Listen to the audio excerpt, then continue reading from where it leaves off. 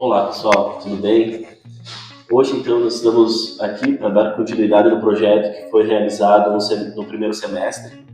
É um projeto pedagógico onde é desenvolvido pelos alunos do segundo semestre do curso de Psicologia da Universidade de Caxias do Sul, pelo campus de Guaporé.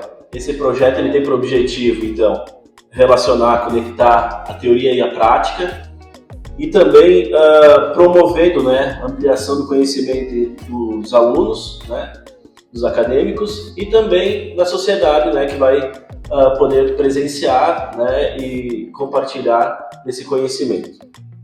Hoje nós estamos aqui com o Christian, ele é psicólogo, logo vai se apresentar também, é psicólogo do hospital, ele é mestrando do envelhecimento humano pela UPF, e está aqui para compartilhar conosco um pouco de seu conhecimento. Bom, olá, eu sou Christian Klaus Martins, sou psicólogo de formação, formado pela Universidade Luterana do Brasil, Campus Torres, formado no ano de 2019, tenho uma especialização em psicologia social, tenho um percurso de residência multiprofissional em atenção ao câncer dentro da UPF e do Hospital São Vicente de Paulo. E, no momento, sou mestrando do programa de pós-graduação em envelhecimento humano, também da Universidade de Passo Fundo. E atuo, no momento, como psicólogo do Hospital de Guaporé. Christian, como é a transição da fase da vida adulta e o que define o início da fase adulta? Acho que o início da vida adulta é marcado pelaquela transição pós-adolescência, em que as coisas... geralmente em função da própria fase da adolescência, estão desacertadas, digamos assim. É uma fase de experimentação, de conhecimento, de descoberta da própria personalidade.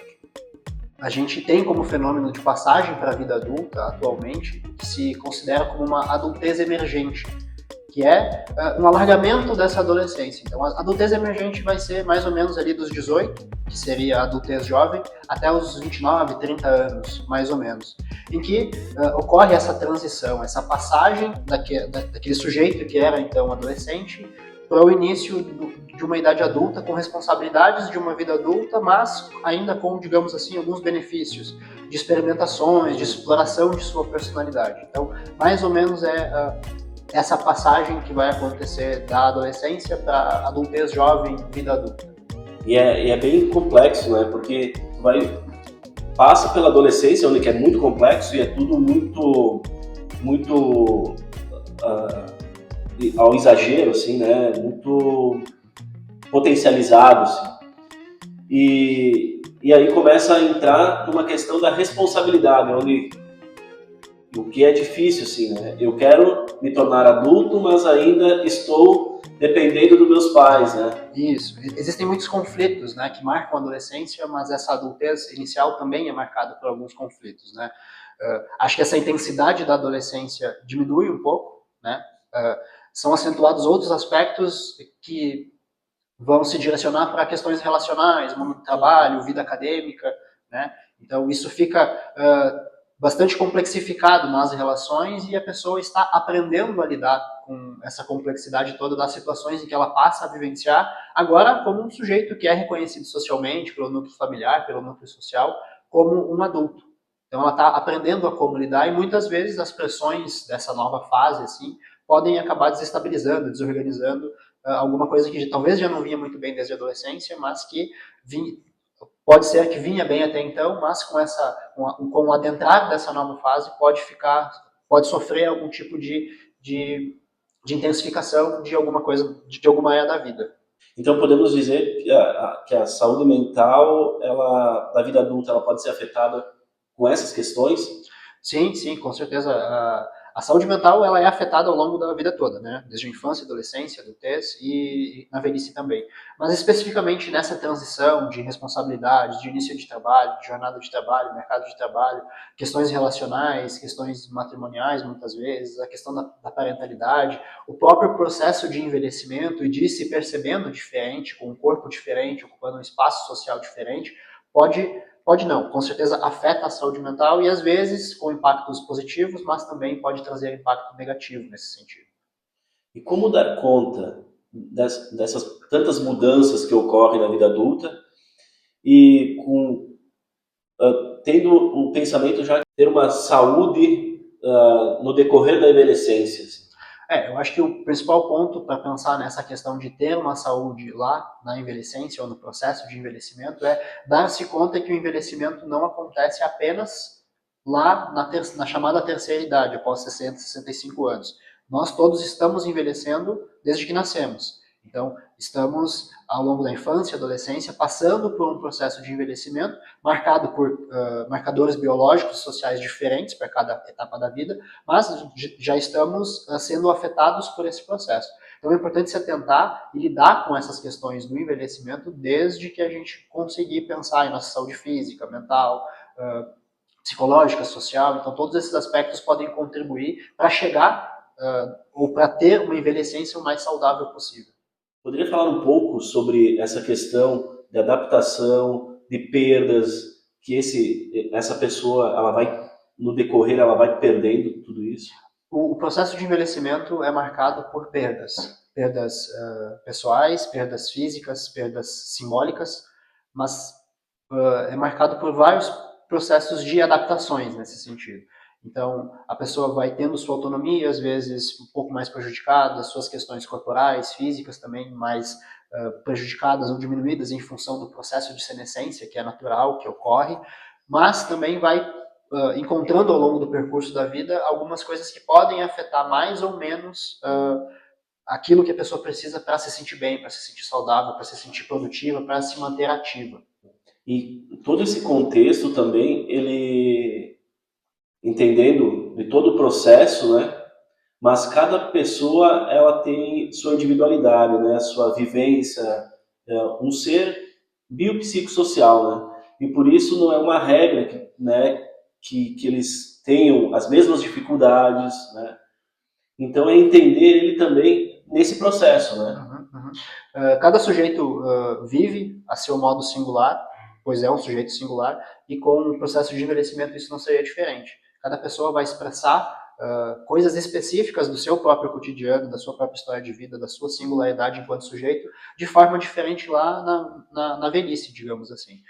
Muito disso já pode ser verificado ao longo desse processo. Então, as pessoas vão dando pistas, digamos assim, de como elas vão se comportar, se vai ser mais fácil ou mais difícil ficar sozinho, se perceber isolado. Então, tudo isso vai podendo ser verificado ao longo desse processo. Mas muitas pessoas optam, digamos assim, ou acontece alguma coisa na vida delas, em que elas vão se percebendo, vão perdendo pessoas ao longo do seu percurso de vida, vão sofrendo lutos, vão sendo afetados por coisas que até então estavam organizadas de alguma determinada forma e daqui a pouco isso muda, e muitas vezes muda de repente. E isso pode abrir uma porta para um adoecimento mental, psicológico, no sentido de ter dificuldades para se adaptar com essas questões da vida adulta para a velhice. Agora, eu gostaria de pedir não sei se tu tem essa informação, né? Dá para perceber que isso, várias pesquisas apontam, né? Um número enorme de pessoas idosas, e isso traz outras demandas, né? Nas redes públicas, né? E até pela questão de, muitas vezes, a família não conseguir dar conta com questões em casa e muitas vezes aquele idoso, ele precisa de necessidades, a família não tem condições financeiras para suprir essas necessidades em casa e por opção, muitas vezes até do próprio idoso, né, de não querer incomodar o familiar, querer ir para um lar, né, uma ILPI. Se percebe durante esses tempos, tu chegaste a perceber algo dessas demandas, as modificações que ocorrem nesses últimos anos? O que tem acontecido bastante é cada vez mais essa discussão de institucionalização da pessoa idosa, por diferentes contextos. Como tu mencionou, o envelhecimento da população, e aí estima-se que até 2050, se não me engano, a pirâmide etária vai estar completamente invertida. Então a gente vai ter mais idosos do que jovens, de crianças e adolescentes até de 0 a 14 anos, por exemplo. No nosso país a gente tem uma taxa de 15% de idosos, de população idosa. Estima-se, isso corresponde mais ou menos a 30% da população. Estima-se que até 2030 isso vai aumentar muito, justamente porque as pessoas estão cada vez mais tendo sua expectativa de vida aumentada. E sim, essa expectativa de vida aumentada gera impactos muito significativos na questão da saúde, na política de assistência social, na questão econômica. Então é bastante complexo acompanhar esse envelhecimento justamente porque as pessoas vão precisando de coisas diferentes ao longo da vida. Então, muito tem se descoberto também que os idosos mais velhos, os idosos longevos, estão precisando e formas de ir acomodando eles, digamos assim, né?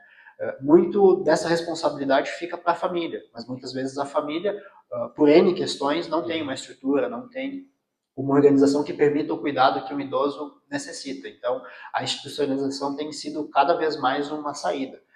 Claro que essa saída também tem lá suas muitas questões, né? E a gente também acompanha muitas notícias de situações em que há institucionalização violenta ou alguma prática que não está de acordo com o Estatuto da Pessoa Idosa, por exemplo. Então, tem lá suas problemáticas, mas também tem sido um recurso cada vez mais utilizado pelas famílias e como tu mencionou, pela própria pessoa idosa que quer não ter esse sentimento que é bastante comum, né, de ser um peso, de ser uma sobrecarga para um familiar ou para a sua comunidade. E até tu falasse sobre o Estatuto da Pessoa Idosa, né? Que destaca que é acima de 60 anos. E hoje, acima de 60 anos, a pessoa idosa ela está a milhão, né? Tá ainda trabalhando, né? Tá sendo tecnológico, né? Tá entrando nas redes sociais, então se mudou muito, né? E vem umas novas demandas e novos serviços para essa população. Eu acho que tem muito que acrescentar, sim, né? Muito para ampliar para essa nova população, assim, que vem se ampliando cada vez mais. E com recursos públicos, eu acredito que venha ter uma envelhecência mais saudável, mais ativa, né? Uh, ao longo dos anos. Com certeza a sociedade como um todo, né, tem que se adaptar a essa expectativa de vida aumentada da sua população. Tanto que a OMS, para países em desenvolvimento, considera 60 anos o marco do início da velhice, digamos assim. Mas para países desenvolvidos, por questões culturais, de assistência, de saúde, considera-se 65 anos, por exemplo. Então tem diferenças a partir daquilo que a própria organização cultural de estilo de vida consegue proporcionar. E sim, cada vez mais a gente percebe pessoas com 60 anos ou mais no mercado de trabalho, superativas. E elas possuem algumas características específicas que muitas vezes aquele adulto emergente lá, que está começando sua jornada de trabalho, que está saindo de uma formação acadêmica, que está saindo da casa dos pais, que está descobrindo, está explorando sua personalidade, ainda não consegue proporcionar, digamos assim, como força de trabalho, por exemplo. Então, aquela pessoa considerada mais velha, muitas vezes é muito mais apta para N mercados e N situações, né? E aí, sim, tem atravessamentos tecnológicos, de força de trabalho, educacionais, que cada vez mais têm impactado e têm proporcionado muitas vezes qualidade de vida para essa pessoa que antes era muitas vezes vista como uma incapaz, mas que tem mostrado cada vez mais que possui sim seu espaço e está dia a dia mostrando que é capaz de fazer essas coisas. Isso traz um outro fenômeno, que é o fenômeno do ageísmo, que é o preconceito pela questão da faixa etária mesmo. Isso se expressa muito mais com pessoas idosas, mas acontece em todas as faixas etárias, que é aquele pensamento, digamos assim, de que a pessoa, pela questão da idade, simplesmente não tem capacidade para desenvolver uma atividade, um cargo, uma função.